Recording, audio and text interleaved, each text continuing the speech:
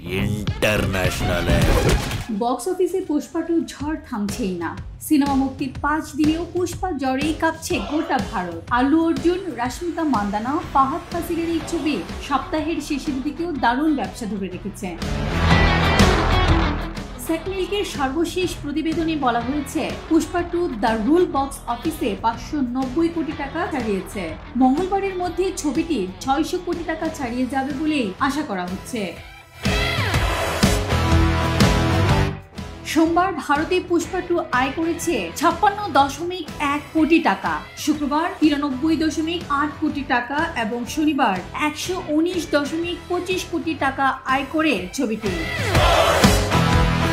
রোববার পুষ্পা 2 দাবানলের মতো ছড়িয়ে পড়ে এবং 141.5 কোটি টাকা সংগ্রহ করে। সোমবারের সংগ্রহ নিয়ে এখন পুষ্পা 2 এর আয় 5 দিনে 594.1 কোটি টাকা।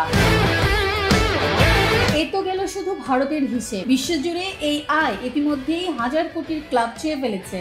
আল্লু অর্জুনের এই সিনেমা 5 ডিসেম্বর প্রেক্ষাগৃহে মুক্তি পেয়েছে। এরপর থেকে আয়ের ঝড় তুলেছে, পেছনে ফেলেছে বলিউডের একের পর এক সিনেমাকে। পুষ্পা 2 সিনেমায় আল্লু অর্জুনকে পুষ্পারাজের ভূমিকায় দেখা যায়, যিনি এখন লালচন্দন চোরাচালান সিন্ডিকেটের নেতা হয়ে উঠেছেন। এই সিনেমাটি বাহুবলী 2 ও জওয়ান সিনেমার প্রথম 5 দিনের আয়ের রেকর্ডও ছাপিয়ে গেছে।